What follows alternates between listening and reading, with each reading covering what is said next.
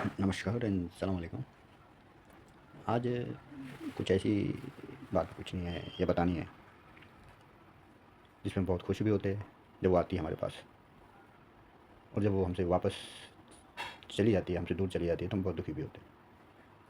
ऐसे ही कुछ मेरे साथ 2 दिन पहले हुआ था। हमारी एक आंटी है, उनका इंतकाल हो गया था। जाने के टाइम सब दुखी थे, और जब मैं सोचा कि ये ज़िंदगी सिर्फ एक गैप के लिए होती है क्या,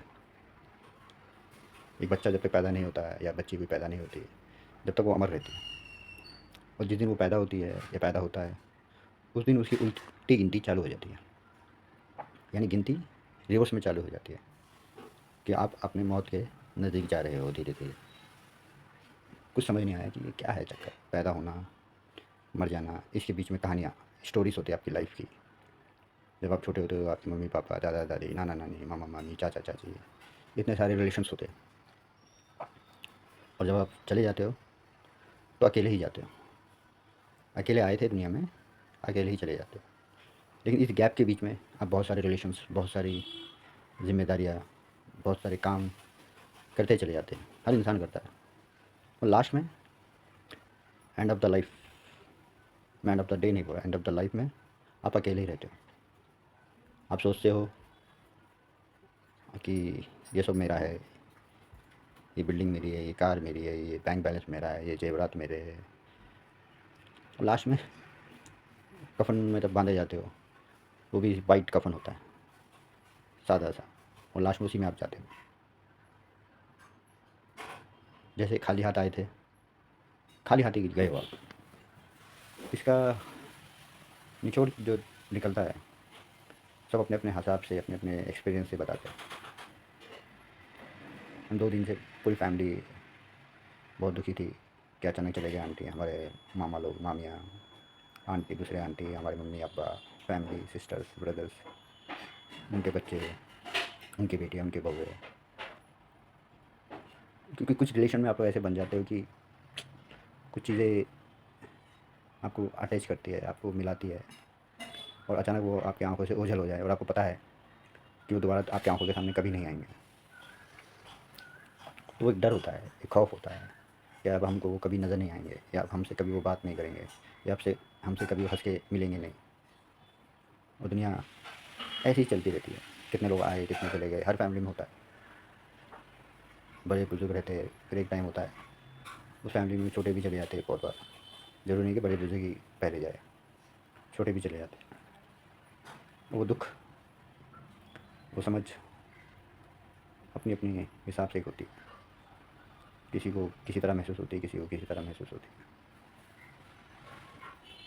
और जब ये कहानियाँ लिखी जाती है, आप अपनी ज़िंदगी की कहानी जो लिखते चले जाते हो, रिलेशन में बनते चले जाते हो, बहुत मजबूत रिलेशन होता है, पक्का रिलेशन होता है। बहुत बार कहते हैं कि हम तुम्हारे बिना जी नहीं पाएंगे। लास्ट में जब जो जाता है वो अकेले ही जाता है, उसके साथ ना कोई जाता है। वो कब्र तक जाते हैं और छोड़ के आ जाते हैं। उसके बाद एक कहानी ख़त्म होती है। ये कहानी कैसी है, हर एक के घर में होता है। आप लोग के घर में भी बहुत लोगों का, आपके बड़े बुजुर्ग लोगों का इंतकाल हुआ होगा। वो दर्द आपने भी महसूस किया होगा। किसी के बड़े बुजुर्ग में अम्मी चले गए, किसी के अब्बा चले गए, किसी के नाना चले गए, नानी चले गए, दादा चले गए, दादी चले गए। वो दर्द उस समय आप लोगों ने महसूस किया होगा कि यार काश वो रहते। कि काश बहुत बड़ी चीज़ होती है, काश, काश ऐसा होता तो वो रहते, काश वैसा होता तो वो रहते। ये काश की बहुत बड़ी चीज़ होती है। काश मैं उनको बचा लेता, काश मैं उस समय उनके पास रहता, काश मैं उनके आखिरी दीदार कर लेता, काश मैं उनसे हंस के बात कर लेता। तो जितने भी आपके लोग हैं, अगर आप किसी से नाराज़ हो या किसी से खफा हो, तो मेरे दिल से दुआ है कि आप उनसे मिलिए, अपने गिले शिकवे दूर करिए।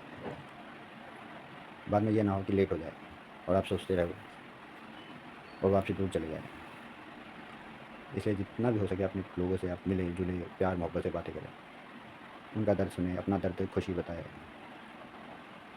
लास्ट में अफसोस ना हो आपको कि यार ऐसा कैसे हो गया, हमने उनको आखिरी टाइम में इग्नोर किया उनको। तो प्लीज़ मेरे से दिल से मैं आपको कह रहा हूँ कि आप उन लोगों से मिलिए जिनसे आप लोग के दिल में खफाई है या दिल में जलन है या दिल में गुस्सा है, तो गुस्से को निकाल के आपको उनसे मिलिए। बहुत ज़रूरी है मिलना।